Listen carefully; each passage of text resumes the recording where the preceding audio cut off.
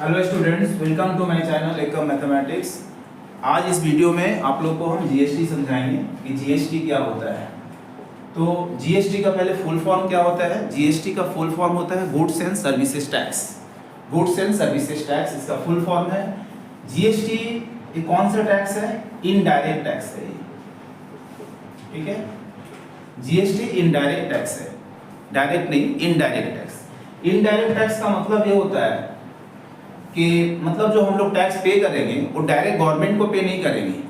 जैसे हम मान लो कोई एक फाइन खरीदे, ठीक है, एक शॉपकीपर से एक फाइन खरीदे हम लोग, और फाइन का मान लो प्राइस है 1600। फाइन का प्राइस है 1600, तो जो प्राइस है 1600 उस पे हमको टैक्स देना है, जिसको हम लोग जीएसटी बोलते हैं।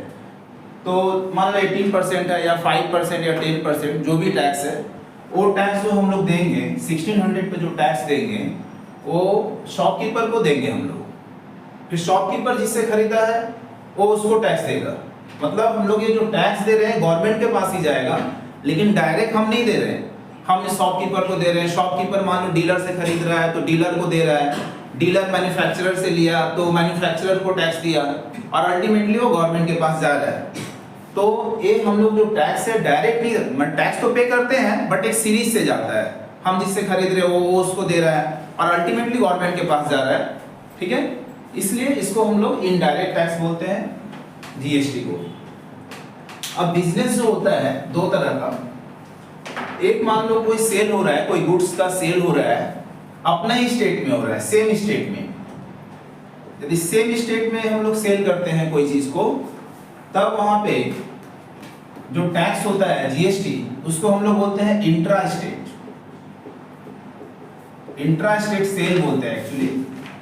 जब कोई भी सामान का सेल सेम स्टेट में होता है, अपना ही स्टेट में होगा, तब उस सेल को हम लोग बोलेंगे इंट्रा स्टेट सेल बोलेंगे, है ना। और इंट्रा स्टेट सेल में जीएसटी, टोटल जीएसटी मतलब टैक्स जो है वो 50% जीएसटी 50% टैक्स वो स्टेट को चला जाता है और 50% टैक्स सेंटर को जाएगा। मतलब जब बिजनेस अपना ही स्टेट में होगा, अपना ही स्टेट में होगा, तो उसको हम लोग बोलेंगे इंट्रा स्टेट सेल। और इंट्रा स्टेट सेल में जीएसटी क्या होगा? आधा आधा, माने 50% स्टेट गवर्नमेंट को जाएगा, स्टेट गवर्नमेंट को जाएगा, और 50% टैक्स जाएगा सेंट्रल गवर्नमेंट को जाएगा, सेंट्रल गवर्नमेंट। ठीक है, जब अपना स्टेट में होगा। लेकिन जब मान लो डिफरेंट स्टेट में होता है, एक स्टेट से दूसरे स्टेट में सेल होता है, मान लो वेस्ट बंगाल का कोई सेल करना है, कोई भी सामान मध्य प्रदेश में सेल करना है, तो क्या हो रहा है? एक स्टेट से दूसरे स्टेट में सेल हो रहा है, तो उस तरह का सेल को हम लोग बोलेंगे inter state. Inter, INTR, inter state cell.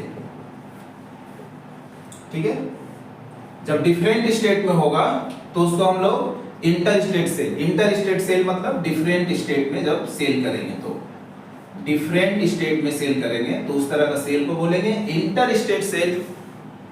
और इंटर स्टेट सेल में जो टैक्स जो होगा उसको हम लोग बोलते हैं IGST। अच्छा, इसलिए हम GST 50% state government, 50% central government, तो इस जीएसटी मतलब स्टेट गवर्नमेंट का टैक्स को बोलते हैं CGST। सॉरी, इसको हम नहीं बताएं, है ना। ये जो इंट्रा स्टेट में जो 50% स्टेट गवर्नमेंट को जो टैक्स जाएगा, उस टैक्स का नाम क्या है? CGST। सॉरी, CGST नहीं, सॉरी, SGST। SGST, एस मतलब क्या? State GST. और 50% सेंट्रल गवर्नमेंट को जाएगा, जिसको हम लोग क्या बोलेंगे? CGST। सी का मतलब क्या? Central, central GST. तो दो तरह का टैक्स हो जाएगा, 50% स्टेट गवर्नमेंट को जाएगा जिसको SGST, 50% सेंट्रल गवर्नमेंट को जाएगा जिसको हम लोग क्या बोलेंगे? CGST। सी मतलब सेंटर, एस मतलब स्टेट। लेकिन जब डिफरेंट स्टेट में बिजनेस होता है, एक स्टेट से दूसरे स्टेट में, तो उस तरह का सेल को हम लोग बोलेंगे इंटर स्टेट सेल। और इंटर स्टेट सेल में 50% का कोई सवाल नहीं होता है, 100% जीएसटी कहां जाएगा? सेंट्रल गवर्नमेंट को, स्टेट गवर्नमेंट को कुछ भी नहीं जाएगा। टोटल टैक्स जाएगा सेंट्रल गवर्नमेंट को जाएगा, 100% टैक्स सेंट्रल गवर्नमेंट को जाएगा, जिसका नाम है IGST। आई का मतलब क्या? Integrated GST.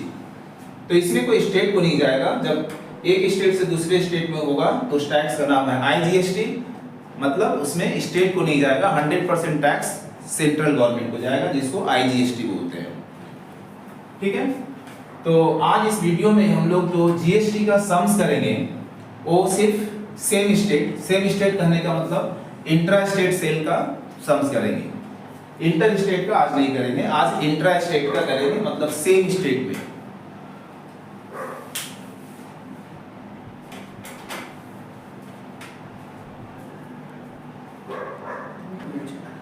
तो फर्स्ट सम्स है a shopkeeper buy goods worth ₹4,000। ठीक है, एक शॉपकीपर है जो 4,000 में कोई गुड्स को खरीदा, shopkeeper, and sells these at a profit of 20% to a consumer. Consumer को सेल किया 20% प्रॉफिट में। तो पहले हम इतना पार्ट को सॉल्व करेंगे। यहाँ देखेंगे शॉपकीपर कितना में खरीदा, 4,000, वो कंज्यूमर को सेल किया, तो सेल जब किया तो कितना परसेंट प्रॉफिट हुआ, 20%। तो सॉल्यूशन पहले हम लोग देखेंगे, शॉपकीपर 4,000 में खरीदा, ठीक है, शॉपकीपर इतना में खरीदा 4,000 में। अब शॉपकीपर किसको सेल किया, कंज्यूमर को सेल किया। ऑब्वियसली कोई सेल करेगा तो प्रॉफिट चाहिए, कितना प्रॉफिट है, 20% प्रॉफिट किया। तो आप प्रॉफिट निकालो पहले कि प्रॉफिट कितना, प्रॉफिट है 20%। हम लोग जानते हैं कि 20% प्रॉफिट किस पे लिया जाता है, 4,000 पे, क्योंकि शॉपकीपर इतना में खरीदा। शॉपकीपर का कॉस्ट प्राइस कितना है, 4,000 लिखा हुआ है, शॉपकीपर कितना में खरीदा, 4,000 में। शॉपकीपर का प्रॉफिट कितना होगा, 20%। हम लोग ये जानते हैं 20% किसका होना चाहिए, हमेशा कॉस्ट प्राइस का, मतलब 4,000 पर 20% कितना होगा, 20% मींस 20/100 इनटू 4,000, 800 प्रॉफिट है। किसका प्रॉफिट है ये, शॉपकीपर का। तो शॉपकीपर सेल कितना में किया, selling price of shopkeeper, shopkeeper का सेलिंग प्राइस कितना होगा। सेलिंग प्राइस का फॉर्मूला हम लोग जानते हैं, cost price plus profit. Cost price कितना है, 4,000, कितना उसको प्रॉफिट चाहिए, 800। सो 4,800 ये शॉपकीपर का क्या है, सेलिंग प्राइस है। मैंने शॉपकीपर 4,800 रुपया में बिक्री किया, किसको बिक्री किया, कंज्यूमर को बिक्री किया। ठीक है, ये सेल किया शॉपकीपर 4,800 रुपया में सेल किया, किसको सेल किया, कंज्यूमर को सेल किया।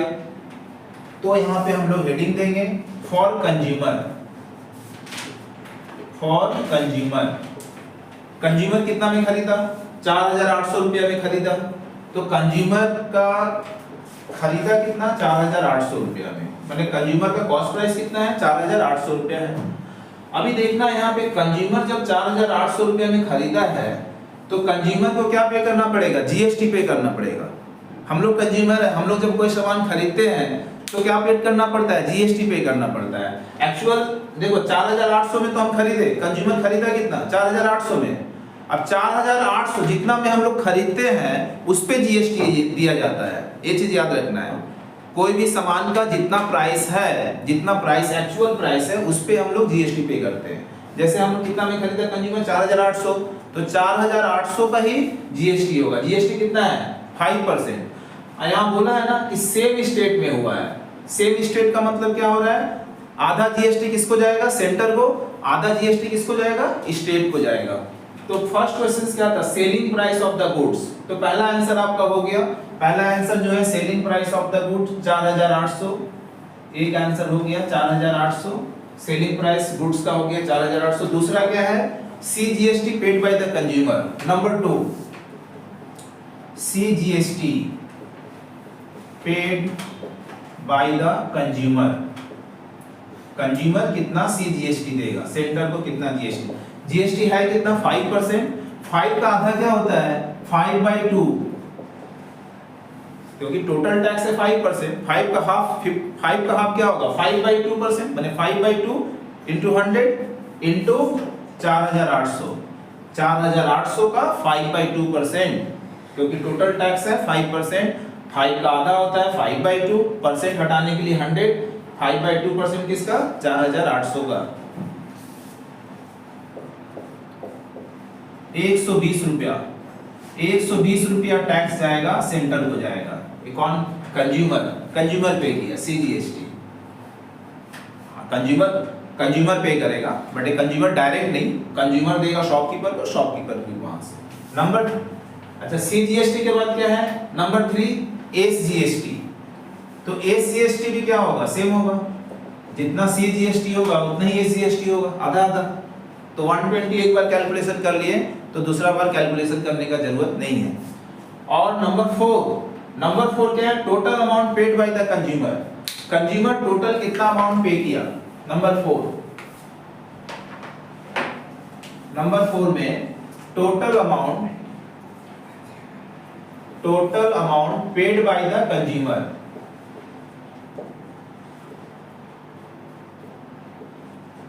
तो कंज्यूमर 4800 रुपया वो तो पे करेगा ही, वो बिना टैक्स का था, प्लस 4800 रुपया वो तो एक्चुअल प्राइस है, वो तो पे करेगा ही, प्लस टैक्स कितना दिया? CGST कितना है? 120 रुपया। SGST कितना है? 120 रुपया, क्योंकि जब सामान खरीदा जाता है तो जो प्राइस है जितना में खरीदा है वो तो देना ही है, उसके ऊपर CGST 120 रुपया, SGST 120 रुपया। वो शॉपकीपर को हैंड ओवर कर देगा टैक्स, वहां से अपना वो टैक्स वो लोग कर लेगा। तो 4800, 120, 120, 240, सो 5040 रुपया एक टोटल अमाउंट कंज्यूमर को पे करना है।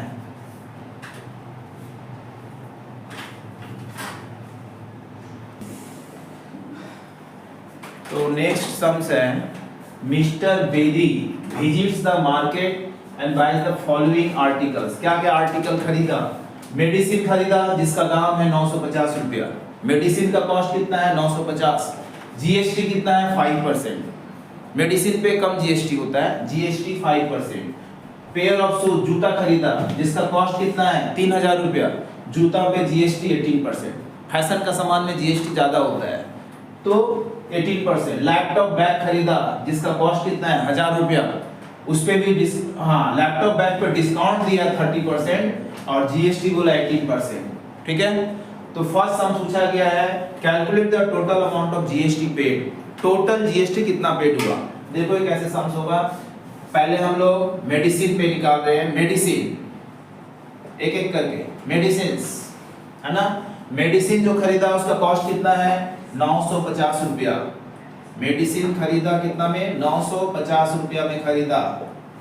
हम लोग GST किस पे देते हैं? जितना दाम पे खरीदते हैं उस पे GST पे करते हैं।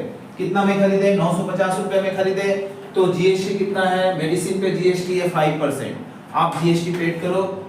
इसमें देखो अलग से CGST SGST नहीं पूछा गया है तो हम एक ही GST निकालेंगे, उसी में दोनों आ जाएगा, क्योंकि अलग अलग बोला नहीं है। हम GST मतलब इसमें दोनों इंक्लूडेड होगा, 50-50 नहीं कर रहे हैं डायरेक्ट। तो GST कितना है? 5%। 5% किसका?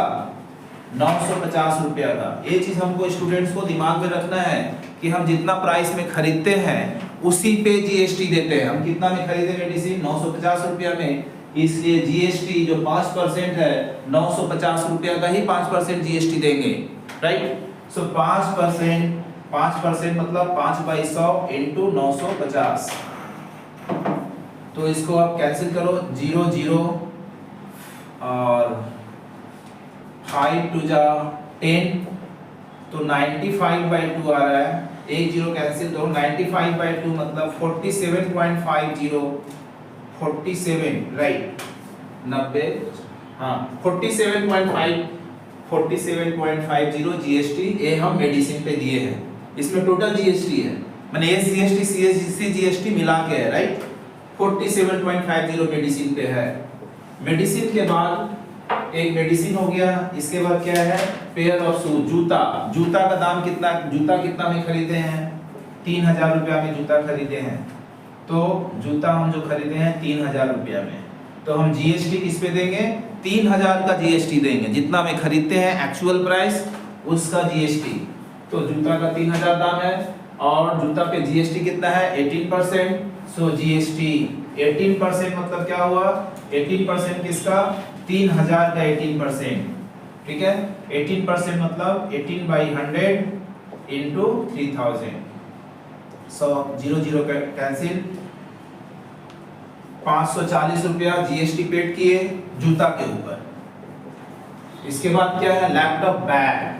देखो लैपटॉप बैग का थोड़ा सा डिफरेंट है, डिस्काउंट भी है, तो उसको कंसीडर करना पड़ेगा। ये 2 हो गया, हम यहाँ नोट कर ले रहे हैं। मेडिसिन पे जीएसटी हुआ 47.5, okay.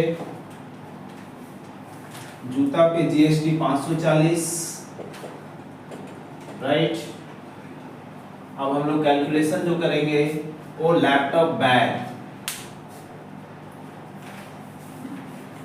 Okay. Laptop bag, third number laptop bag, simply bag लिख रहे हैं हम। तो हम बैग कितना में खरीदे हैं, बैग का दाम कितना है, 1000 रुपया। 1000 रुपया दाम है, लेकिन डिस्काउंट भी दे रहा 30%। तो हम लोग जानते हैं डिस्काउंट 30% डिस्काउंट है। आप डिस्काउंट पहले निकालो, डिस्काउंट 30% है बैग पे, मतलब 30% किसका, 1000 रुपया का 30% निकालो। बैग में दाम लिखा हुआ 1000 रुपया, बट कभी कभी दुकानदार डिस्काउंट देता है 30% का डिस्काउंट।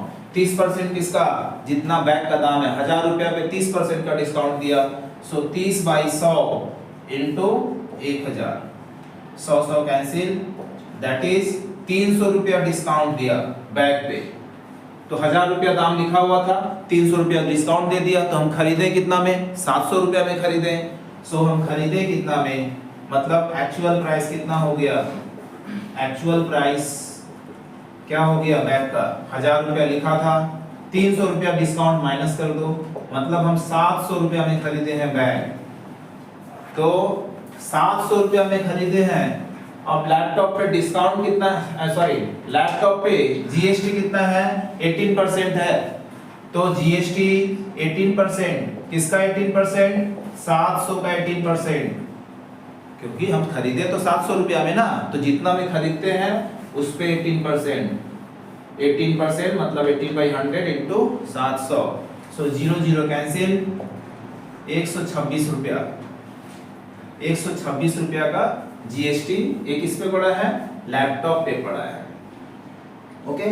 तो हम लैपटॉप पे जीएसटी कितना है, 126 रुपया, उसको नोट कर लिए हम समझने के लिए, ओके। और अब हमको आंसर 1 देना है, calculate the total amount of GST paid. तो जितना भी जीएसटी है तीनों पे आपको ऐड कर देना है, ओके। सो नंबर 1 में answer total amount of GST, total GST add कर दो। मेडिसिन पे जीएसटी कितना है, 47.5, अच्छा।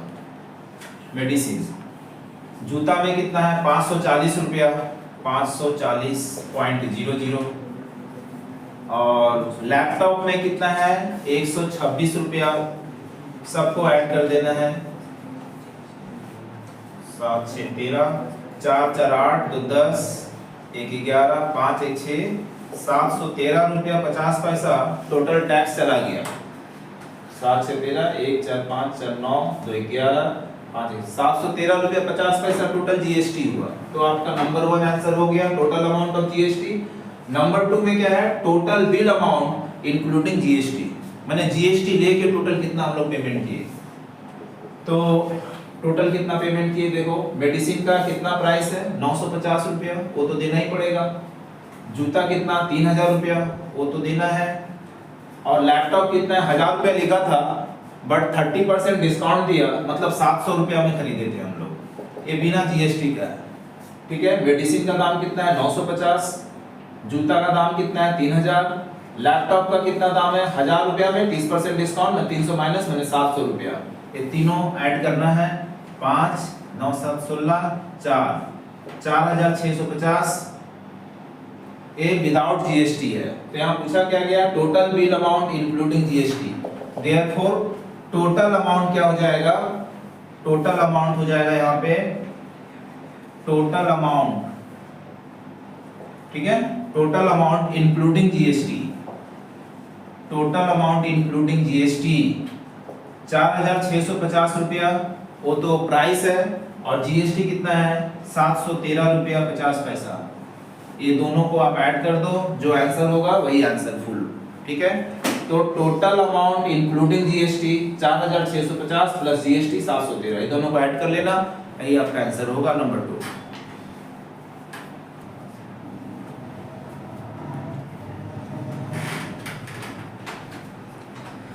नेक्स्ट सम है shopkeeper buys an article from a wholesaler for rupees 20,000 and sells it to a consumer at 10% profit if the rate of GST is 12%, find the tax liability of the shopkeeper। ये थोड़ा different है but same sums है, वही process है। यहाँ sums को पहले समझना है। शॉपकीपर किससे खरीदा? होलसेलर से खरीदा। होलसेलर से कौन खरीदा? शॉपकीपर। शॉपकीपर से कौन खरीदा? कंज्यूमर। हम लोग क्या है, कंज्यूमर ही है। तो होलसेलर से खरीदा शॉपकीपर, शॉपकीपर से कौन खरीदा? कंज्यूमर। तो पहले हम लोग सॉल्व करेंगे शॉपकीपर का। देखो शॉपकीपर, यहाँ पे आप एक हेडिंग देखो, शॉपकीपर कितना में खरीदा? 20,000 रुपया में शॉपकीपर खरीदा, है ना। किससे खरीदा? From a wholesaler. तो हम लोग को ये देखना है कि ये जो शॉपकीपर जो खरीदा 20,000 रुपया में, समझना है इस चीज को। शॉपकीपर 20,000 रुपया में खरीदा है, किससे खरीदा है? होलसेलर को। तो हम लोग ये अच्छी तरह से जानते हैं कि जब कोई चीज हम लोग खरीदते हैं, जिस प्राइस में खरीदते हैं उस प्राइस पे ही जीएसटी देना होता है। शॉपकीपर कितना में? 20,000 रुपया में खरीदा है, इसलिए 20,000 रुपया पे जीएसटी देंगे। तो देंगे किसको? शॉपकीपर। वो तो गवर्नमेंट को नहीं देने जाएगा, वो जिससे खरीदा है ना उसको देगा जीएसटी। किससे खरीदा है? होलसेलर से। इसलिए शॉपकीपर किसको जीएसटी हैंड ओवर करेगा? होलसेलर। होलसेलर अपना वो हैंड ओवर गवर्नमेंट को कर देगा। तो आपको देखना है कि शॉपकीपर पेड कितना किया, जीएसटी पेड बाय शॉपकीपर। और एक चीज बता रहे हैं, जो जीएसटी पेड, जीएसटी जब हम किसी को पे करते हैं तो उसको बोलते हैं इनपुट जीएसटी, और जब जीएसटी कलेक्ट करते हैं तो उसको क्या बोलते हैं? Output GST. खैर उससे भी कोई प्रॉब्लम नहीं है। यहाँ पे हम देखेंगे कि GST paid by the shopkeeper, shopkeeper GST पे करेगा। GST paid by the shopkeeper किसको पे करेगा? होलसेलर को। ऐसा क्यों? क्योंकि होलसेलर से ही ना खरीद रहा है, हम जिससे खरीदेंगे उसी को टैक्स देंगे ना। तो शॉपकीपर होलसेलर से खरीदा, इसलिए शॉपकीपर जीएसटी किसको देगा? होलसेलर को। GST paid by the shopkeeper to wholesaler. कितना जीएसटी है? जीएसटी है 12% है, तो 12% जीएसटी है। 12% किसका? 12% 20,000 रुपया में खरीदा तो 20,000 का 12% जीएसटी है। यहाँ पे सी जीएसटी, ए जीएसटी अलग अलग कुछ मेंशन नहीं किया, इसलिए हम टोटल जीएसटी ही कंसीडर किए कर रहे हैं। 12% मतलब 12/100 इंटू 20,000, दैट इज 2400 रुपया जीएसटी दिया। कौन दिया? शॉपकीपर दिया। किसको दिया? होलसेलर को दिया, क्योंकि वो होलसेलर से ही खरीदा। होलसेलर को इतना जीएसटी दिया, शॉपकीपर दिया। राइट, इतना हो गया। इसके बाद शॉपकीपर किसको सेल किया? कंज्यूमर को। शॉपकीपर सेल कर दिया कंज्यूमर को, बट शॉपकीपर जब कंज्यूमर को सेल किया तो कितना प्रॉफिट चाहिए? 10% प्रॉफिट चाहिए। किसको? शॉपकीपर को। तो आपको 10% निकालना है, राइट, 10% निकालना है। अच्छा, इसको हम मिटा दे रहे हैं, 2400 पे कर रहे हैं, ये दिमाग में रखना है। 2400 पे किया और 2400 कौन पे किया? शॉपकीपर पे किया, होलसेलर को पे किया। हम समझने के लिए ऐसे लिख ले रहे हैं, 2400 पे किया, राइट। शॉपकीपर अब शॉपकीपर किसको सेल कर रहा है? कंज्यूमर को। बट ऐसे सेल थोड़े करेगा, प्रॉफिट चाहिए। कितना प्रॉफिट चाहिए शॉपकीपर को? 10%। तो आप प्रॉफिट निकालो शॉपकीपर का। कितना प्रॉफिट है? 10%। 10% किसका? 10% कितना में खरीदा था? 20,000 रुपया में खरीदा था, है ना। ये जो शॉपकीपर 20,000 रुपया में खरीदा था, तो 20,000 का 10%। शॉपकीपर कितना में खरीदा था? 20,000 में, तो 20,000 का 10%। जीएसटी इसमें ऐड नहीं करना है, ठीक है। 10% प्रॉफिट मतलब 10/100 इंटू 20,000, ठीक है। 20,000 का 10%। प्रॉफिट 2,000 रुपया चाहिए। तो सेलिंग प्राइस ऑफ शॉपकीपर कितना होगा? Selling price of shopkeeper, shopkeeper कितना में सेल कर रहा है, कितना में सेल करेगा, 20,000 रुपया प्लस 2,000 रुपया प्रॉफिट, टोटल 22,000 रुपया में सेल करेगा शॉपकीपर को।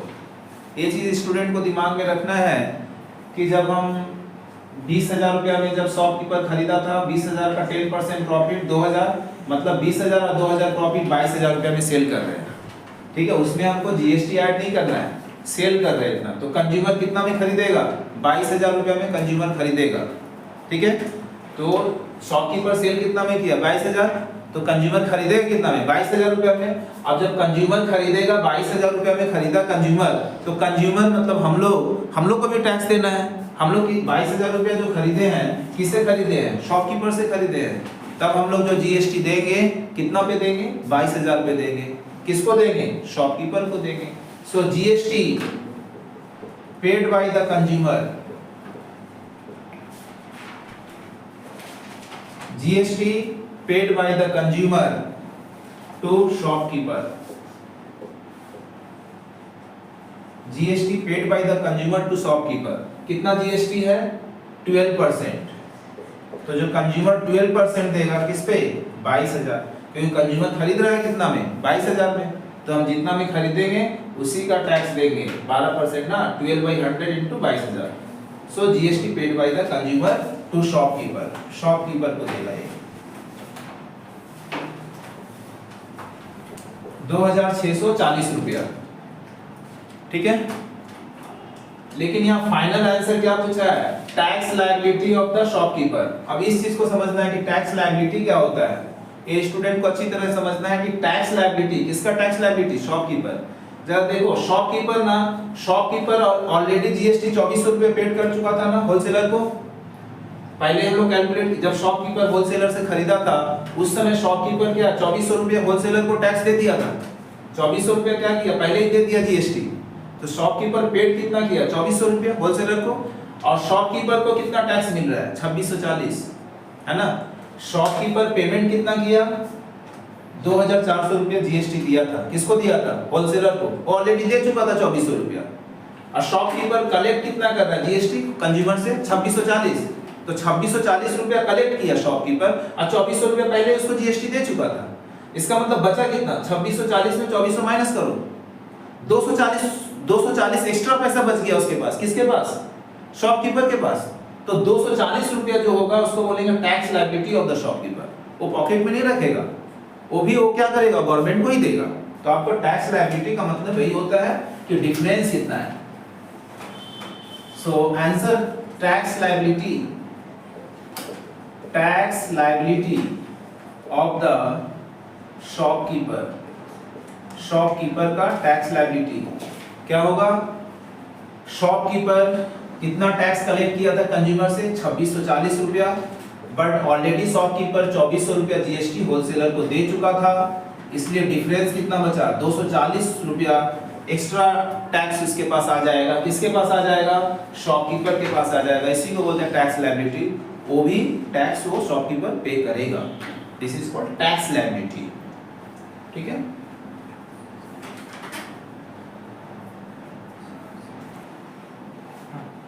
ठीक है सर।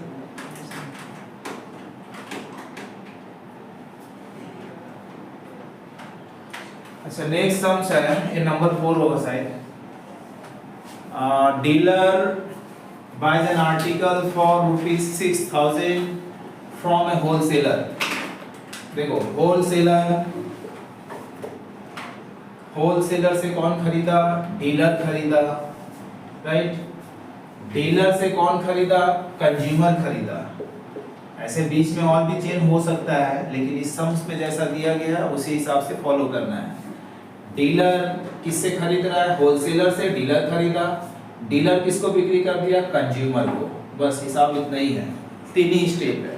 होलसेलर से डीलर, होलसेलर डीलर को सेल किया और डीलर कंज्यूमर को सेल किया।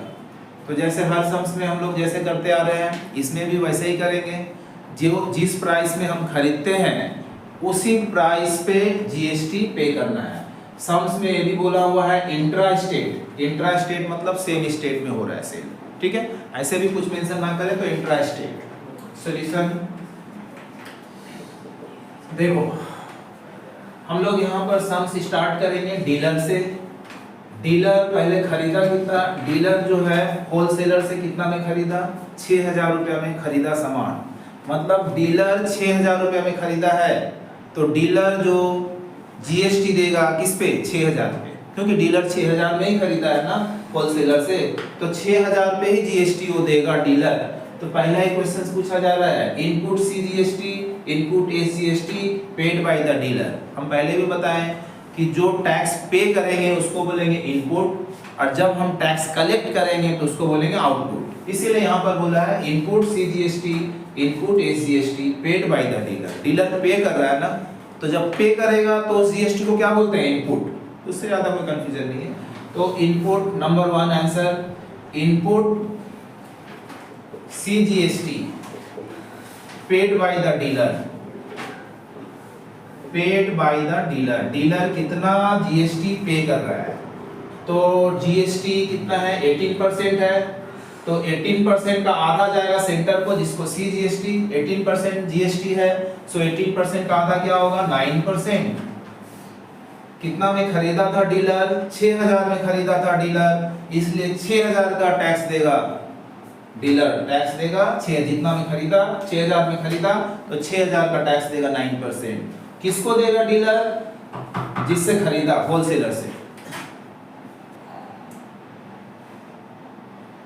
ठीक है, तो डीलर कितना में खरीदा था, होलसेलर से 6,000 रुपया में खरीदा था, तो 6,000 का 9% देंगे टैक्स, जिसको हम सेंटर को सीजीएसटी इसको बोलते हैं।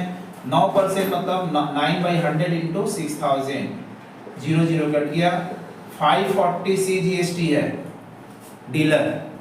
तो डीलर किसको हैंड ओवर कर देगा ये सीजीएसटी टैक्स, जिससे खरीदा था, किससे खरीदा था, होलसेलर को, होलसेलर को हैंड ओवर कर देगा टैक्स, होलसेलर भी अपना समझ लेगा, गवर्नमेंट को देगा। तो ये 540 रुपया। ओके, इसी में एक और चीज पूछा गया है, input SGST paid by the dealer, input SGST paid by the dealer, paid by the dealer. इसको आपको अलग से कैलकुलेशन नहीं करना है, क्योंकि जितना सीजीएसटी होगा ना उतना ही एसजीएसटी होगा, वो भी 9 मतलब 540 ही होगा। तो पहला आंसर आपका मिल गया, इनपुट जीएसटी कितना आया 540, हम यहाँ नोट कर ले रहे हैं, और इनपुट एसजीएसटी कितना हो गया 540। ठीक है, ये जो जीएसटी दिया डीलर दिया, किसको दिया, होलसेलर को हैंड ओवर किया। राइट, तो पहला पार्ट हो गया। नेक्स्ट पार्ट,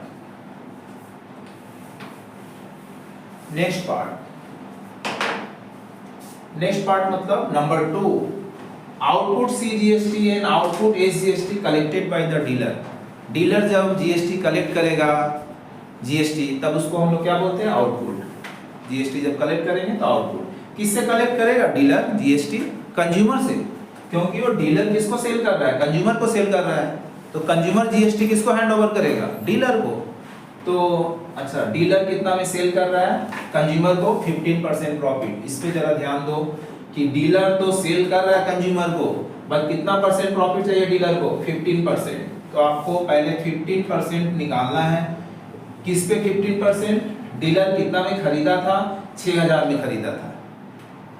15% जो प्रॉफिट लेगा डीलर किस पे, 6,000 का, क्योंकि 6,000 ही तो कॉस्ट प्राइस है ना, उसमें जीएसटी ऐड करके 15% मत निकालना, क्योंकि 15% प्रॉफिट डीलर जब कंज्यूमर को सेल कर रहा है तो उसको चाहिए कितना प्रॉफिट, 15%। किसका 15%, डीलर का जो एक्चुअल कॉस्ट प्राइस है। एक्चुअल कॉस्ट प्राइस कितना है, 6,000 में खरीदा, तो 15% प्रॉफिट 6,000 पे। इसको थोड़ा सा दिमाग में रखना, इसमें जीएसटी नहीं होगा प्रॉफिट निकालने के लिए। 15% मतलब 15/100 इंटू 6,000, 900 रुपया का प्रॉफिट चाहिए। इसका मतलब डीलर सेल कितना में करेगा कंज्यूमर को, डीलर खरीदा था कितना में, 6,000 में खरीदा था, और प्रॉफिट कितना है 900 रुपया, मतलब 6,900 रुपया में सेल कर देगा, किसको, कंज्यूमर को। जब ऐसा केस में हम लोग जब निकालेंगे प्रॉफिट ऐड करेंगे तो इसमें जीएसटी नहीं रहेगा, है ना। ये तो कंज्यूमर का एक्चुअल प्राइस है 6,000 और 900 रुपया प्रॉफिट, माने कंज्यूमर खरीदेगा कितना में, डीलर का 6,000 खरीद कॉस्ट प्राइस है और डीलर को प्रॉफिट कितना चाहिए 900, दोनों को ऐड कर देंगे, माने कंज्यूमर कितना में खरीदेगा 6900। तो आपको लिखना है कंज्यूमर मतलब आप लिख सकते हो selling price of dealer. Dealer का सेलिंग प्राइस कितना है 6900 रुपया। डीलर का क्या है सेलिंग प्राइस है, मतलब 6900 में कंज्यूमर खरीदा, कंज्यूमर 6900 रुपया में खरीदा। अब जब कंज्यूमर खरीदेगा डीलर में, डीलर से खरीदेगा 6900 रुपया में, तो कंज्यूमर को क्या देना पड़ेगा जीएसटी देना पड़ेगा। किससे किसको देगा जीएसटी, जिससे खरीदेगा। कंज्यूमर किससे खरीदा डीलर से, तो डीलर को जीएसटी वो हैंड ओवर करेगा कौन कंज्यूमर, राइट। तो वो चीज हम लोग कैलकुलेट करेंगे 6900 रुपया, राइट। डीलर जो सेल कर रहा है कितना में 6900 रुपया में सेल कर रहा है। अच्छा नंबर 2 में ही हम लोग सॉल्व कर रहे हैं। नंबर 2 का ही output CGST output SGST collected by the dealer. Dealer किससे कलेक्ट करेगा जीएसटी कंज्यूमर, कंज्यूमर जो जीएसटी। तो आप लिखो output CGST collected by the dealer, collected by the dealer.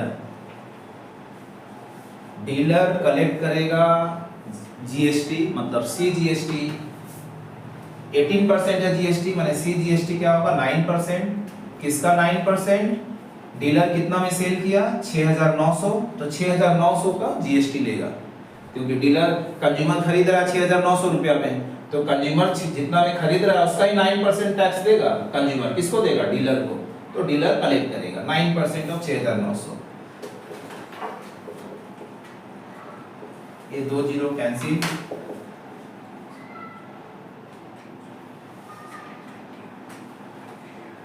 $621 हो रहा है नहीं,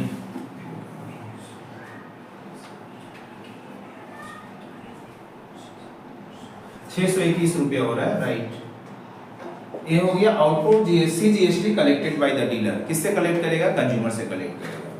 इसके बाद आउटपुट एसजीएसटी कलेक्टेड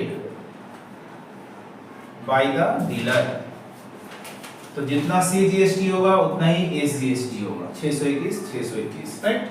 तो 2 नंबर के आंसर हम लोग कर चुके हैं, ठीक है। इसको हम नोट कर ले रहे हैं 621, तो ये भी 621, राइट, डन। नंबर 2 हो चुका। अब हम लोग नंबर 3 में जाएंगे। नंबर 3 में पूछा जा रहा है net CGST net SGST paid by the dealer. अभी हम लोग थोड़ा देरी लास्ट सम्स में बोले थे ना टैक्स लायबिलिटी। टैक्स लायबिलिटी मतलब नेट सीजीएसटी एसजीएसटी, दोनों का लैंग्वेज डिफरेंट है बट आंसर वही है, वही बोलना चाहता है। तो net CGST paid by the dealer, net paid by the dealer, उसी को हम लोग बोलते हैं टैक्स लायबिलिटी, कंफ्यूज मत होना। Net CGST paid by the dealer. चलो देखो डीलर जो कलेक्ट किया था, डीलर यहाँ नंबर 2 में डीलर कितना कलेक्ट किया था 621 रुपया कलेक्ट किया था कलेक्ट। नंबर 2 में डीलर कितना कलेक्ट किया था 621 रुपया कलेक्ट किया था डीलर। क्या सीजीएसटी कलेक्ट किया था, किससे कलेक्ट किया था डीलर कंज्यूमर से ही कलेक्ट किया था। और डीलर ऑलरेडी 540 रुपया जीएसटी दे दिया था, किसको दिया था होलसेलर को, राइट। इस चीज को एक बार फिर से समझ लो। Net CGST paid by the dealer, number 2 में कितना डीलर कितना कलेक्ट किया था। नंबर 3 में बोला net CGST paid by the dealer, net CGST paid by the dealer. तो नेट सीजीएसटी का मतलब देखो डीलर कलेक्ट कितना किया था, डीलर कलेक्ट कितना किया था टैक्स 621 रुपया कलेक्ट किया था, बट डीलर ऑलरेडी 540 रुपया दे दिया था, किसको होलसेलर को। तो 621 रुपया कलेक्ट किया डीलर, टैक्स किससे कलेक्ट किया कंज्यूमर से, बट 540 रुपया डीलर ऑलरेडी टैक्स दे दिया था, किसको होलसेलर को। तो डिफरेंस कितना बचा 18 81 रुपीस जो बचा ना उसको बोलेंगे नेट सीजीएसटी, माने 81 रुपीस उसके पास एक्स्ट्रा टैक्स आ गया, उसको बोलते हैं नेट सीजीएसटी या टैक्स लायबिलिटी, वो भी वो गवर्नमेंट को देगा। और नेट एसीएसटी तो हम लोग ये जानते हैं ऑलरेडी, नेट सीजीएसटी जितना होगा नेट एसीएसटी भी वही होगा, पेड बाय द डीलर। कितना होगा 81 रुपीस, राइट। अब नंबर 4, नंबर 3 हो गया। Number 4 total amount paid by the consumer.